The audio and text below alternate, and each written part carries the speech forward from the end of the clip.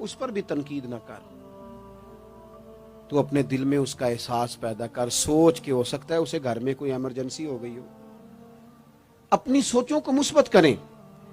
آپ دوسروں کا احساس بھی اپنی طبیعت میں پیدا کریں, دوسروں کے بارے میں بھی سوچیں. میں یہاں ماشاءاللہ اسٹیج پہ بیٹھا ہوں, بڑا نرم ماحول ہے, بڑا کچھ ہے, لیکن جو دوست پیچھے دیوار کے ساتھ کھڑے ہیں نا, جن کو جگہ بیٹھنے کی بھی نہیں ملی اور کھڑے ہونے کی بھی صحیح کر کے نہیں ملی, ان کا بھی احساس پوری طرح. اور میرے خیال میں سب سے زیادہ مہمان خصوصی بھی وہی ہیں آج کی ہماری محفل کے, جو زیادہ مشکل میں بیٹھے. احساس اپنی کہاں تک احساس کرنا ہے؟ لو حدیث پاک سنو. اللہ کے محبوب علیہ السلام فرماتے ہیں میں نماز پڑھانے کھڑا ہوتا ہوں, نماز. کریم فرماتے ہیں میرا دل کرتا ہے میں لمبی نماز پڑھاؤں, لیکن پھر پیچھے سے نا کسی بچے کے رونے کی آواز آتی ہے. دل تھا لمبی پڑھاؤں, بچہ رو پڑا تو مجھے خیال آتا ہے اس کے رونے سے اس کی اماں کو تکلیف ہو رہی ہوگی, میں نماز چھوٹی کر دیتا ہوں.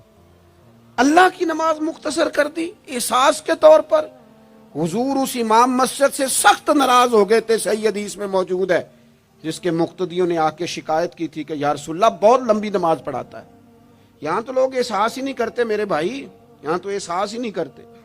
یہاں تو میں آیا ہوں نا رات کے 1 بجے محفل میں, تو میری طرح کے لوگ, او تہاڈا ذوق ہی نہیں, تسی سبحان اللہ ہی نہیں آندے, تسی ہاتھ ہی نہیں کھڑے کر دے. او بھائی تو نہیں آیا ہے, تو ٹر جانا ہے اپنا سارا سمیٹ کے پیسے گنا کے.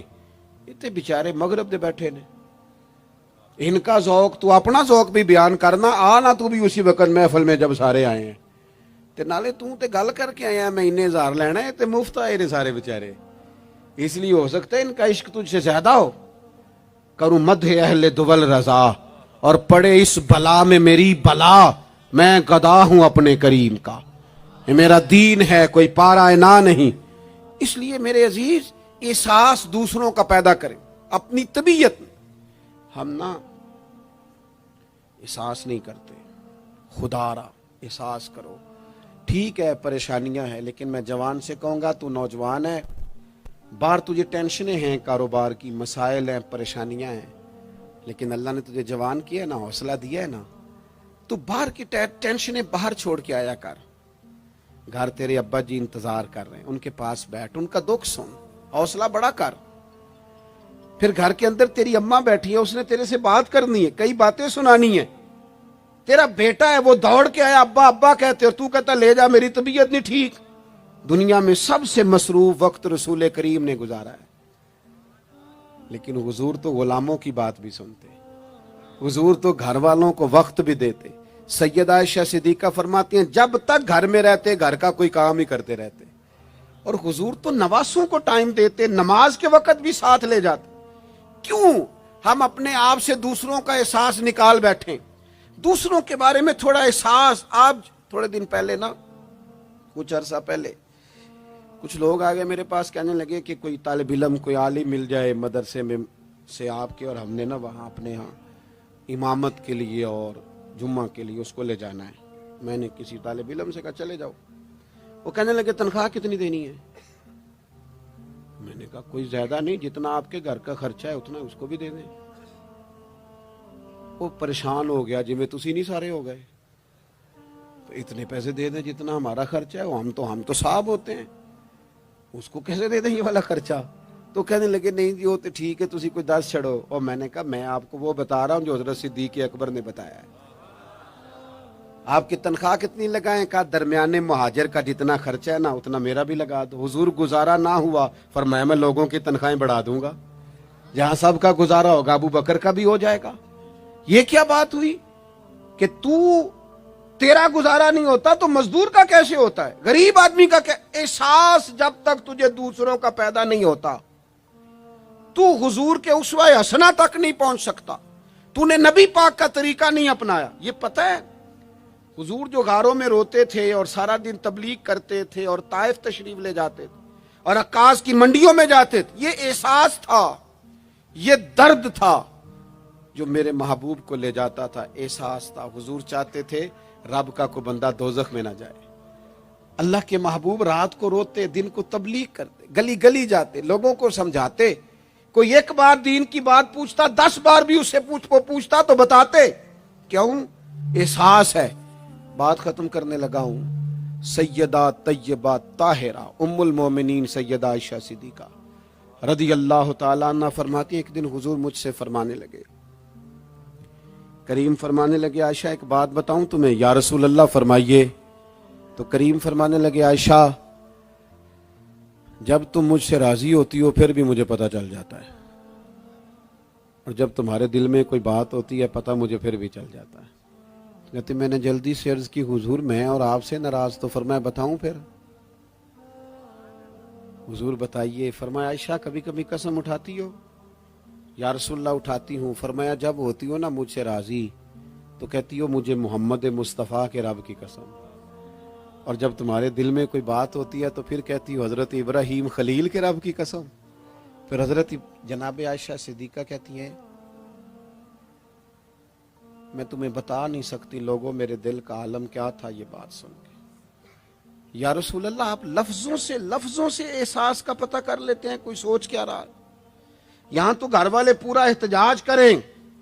احتجاج. میں ایک دفعہ کہیں کھانے کے لیے گیا تھا تو میں نے کہہ دیا کھانا بڑا اچھا پکا ہے. ایک آدھ اور بزرگ سے بھی میں نے وہ بات سنی تھی, پھر وہ پریکٹیکلی میرے ساتھ ہوں. میں کھانا بڑا اچھا ہے جی. تھوڑی دیر کے بعد نا گھر کے اندر سے رونے کی آواز آنے لگی. تو مناسب تو نہیں ہوتا کسی کے گھر کے مسئلے میں ایسی بات پوچھنا, لیکن وہ جب ماحول زیادہ ہی بڑا تو میں نے میزبان سے کہا کہ خیر تو ہے گھر میں سب ٹھیک ہے؟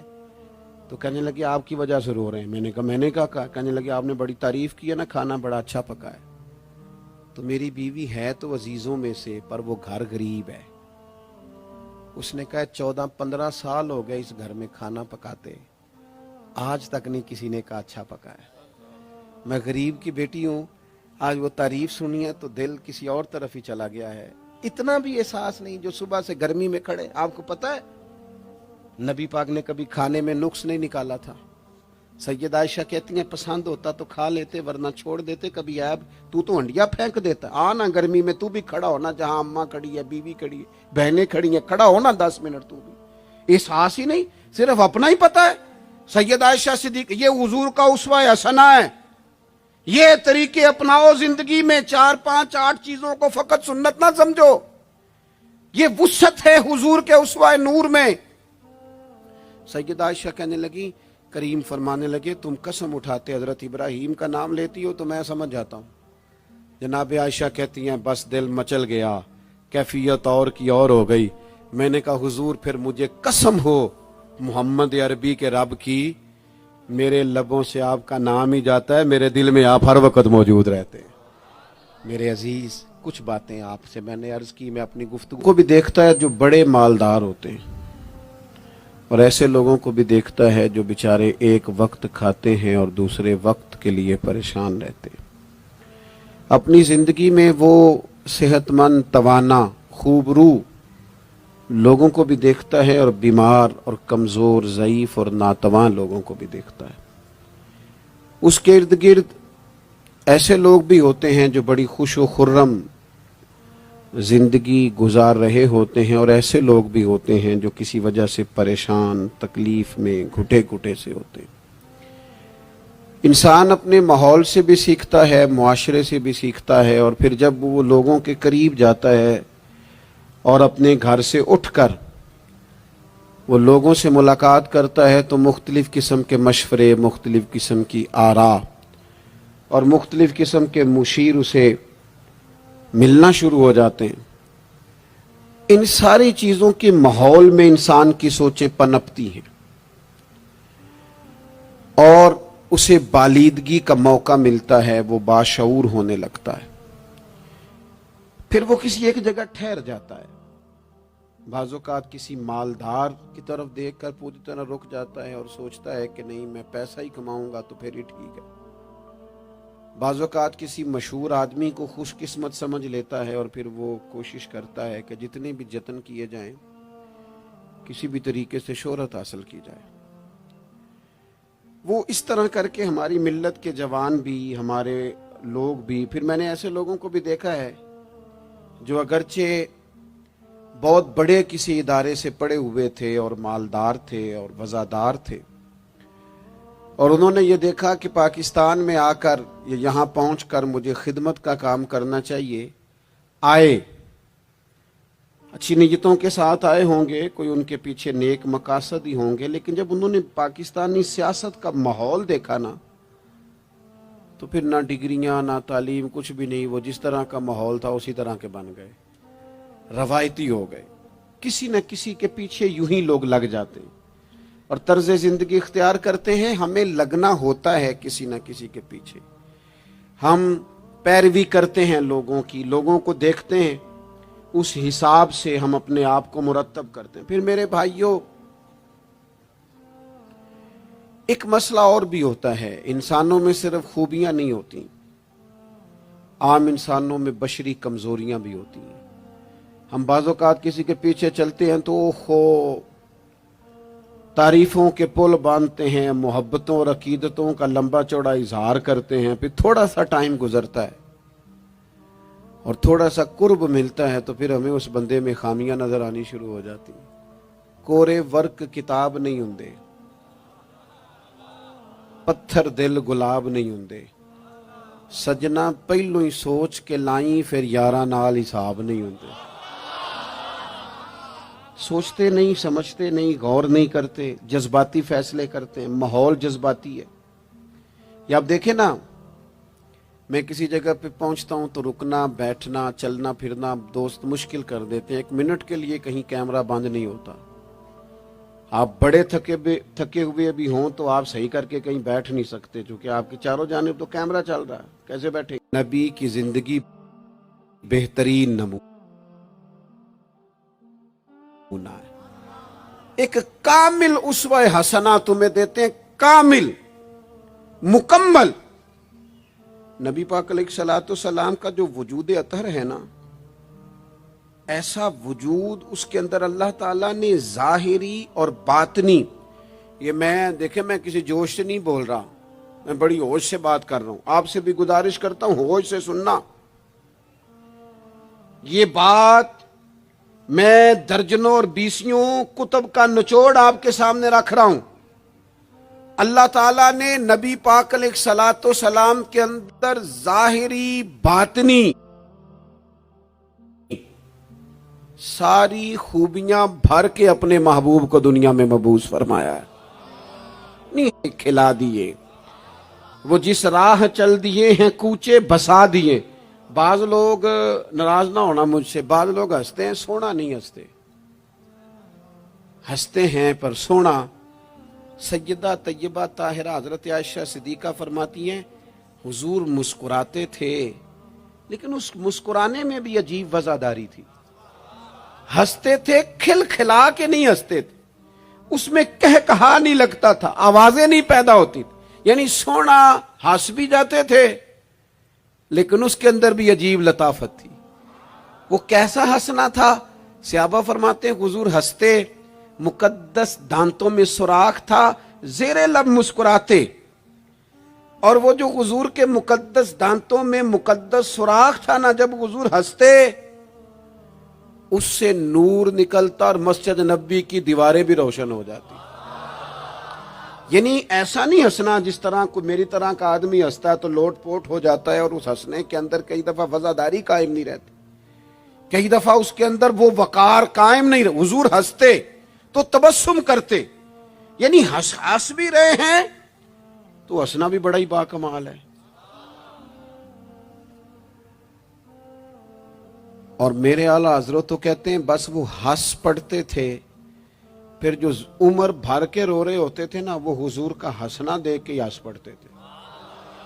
گویا نا جہاں جہاں خزاں ہوتی تھی بہار آ جاتی تھی، جہاں جہاں دکھ ہوتے تھے سکھ آ جاتے تھے، جہاں جہاں بھی کوئی کمزوری ہوتی تھی، خدا کہتے ہیں جس کی تسکین سے روتے ہوئے ہنس پڑے اس تبسم کی عادت پہ لاکھوں سلام۔ ایک تو ان کا ہنسنا بڑا باکمال تھا، اور پھر یہ تھا کہ ان کا رونا بھی بڑا باکمال تھا، بڑا باکمال۔ یعنی وہ کبھی رو پڑے اور کبھی کریم کی آنکھوں میں آنسو آ جائیں اور کبھی ان کے چہرے پر افسردگی آ جائے تو یوں لگتا تھا کہ پھولوں نے کھلنا چھوڑ دیا ہے، کلیاں اپنی جگہ سے ہٹ گئی ہیں، سمندر نے کہا نہیں نہیں اب شور نہیں کرنا، یوں لگتا تھا کہ تتلیاں اپنی جگہوں پہ بیٹھ گئیں۔ جب وہ کبھی روتے تھے تو یوں محسوس ہوتا تھا کہ جیسے چاند کہتا ہے کہ نہیں اب میں نے نہیں کھل کے چمکنا، محبوب تو رو پڑے۔ اور کبھی کریم روئے، آنکھوں میں آنسو آئے تو ان کے رونے میں حسن اتنا تھا، کمال اتنا تھا کہ جبریل امین آئے اور آ کے عرض گزار ہوئے، یا رسول اللہ سارے بھید جاننے والا رب پوچھتا ہے کریم سے پوچھو نا، محبوب سے پوچھو نا روئے کیوں ہیں؟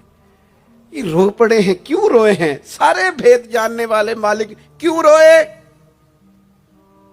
تو محبوب فرمانے لگے جبریل امت کا قیامت کا حساب، قیامت کی گرمی، اللہ تعالیٰ کا کرسی عدالت میں اپنی شان کے لائق جلوہ فروز ہونا، امت کی کمزوریاں، سستیاں، غفلتیں، ان کو یاد کر کے رو پڑا ہوں، غم امت نے نڈھال کر دیا ہے۔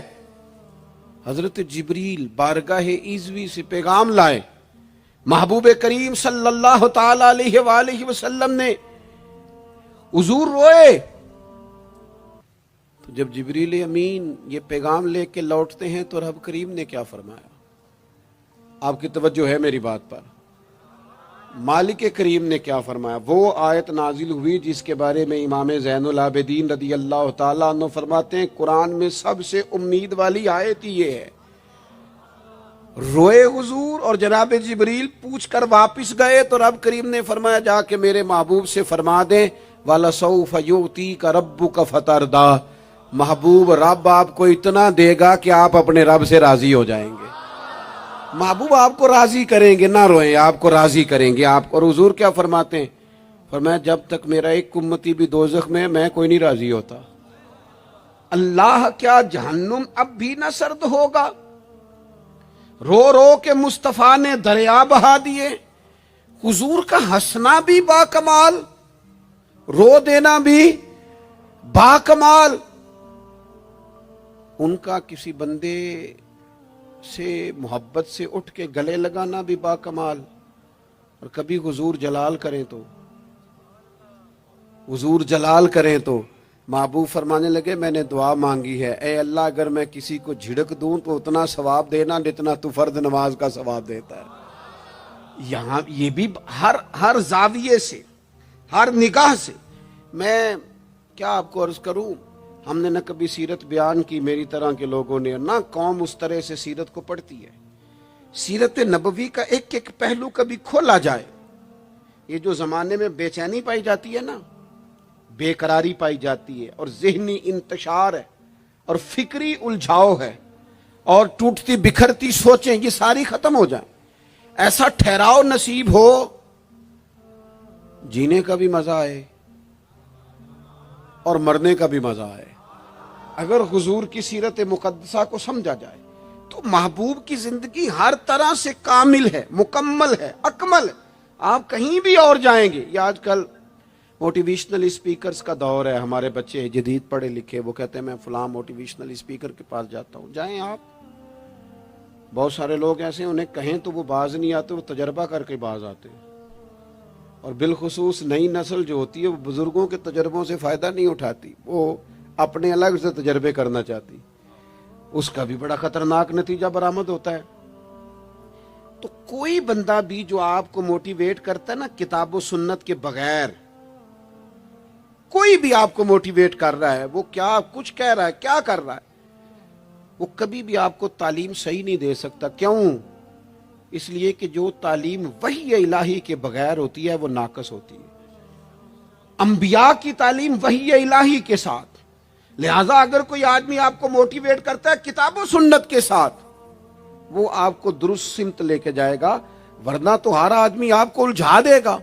میرے بھائی نبی پاک کا اسوہ حسنہ، ہمارے ہاں لوگوں نے سنت شریعت سمجھ کس کو لیا ہے؟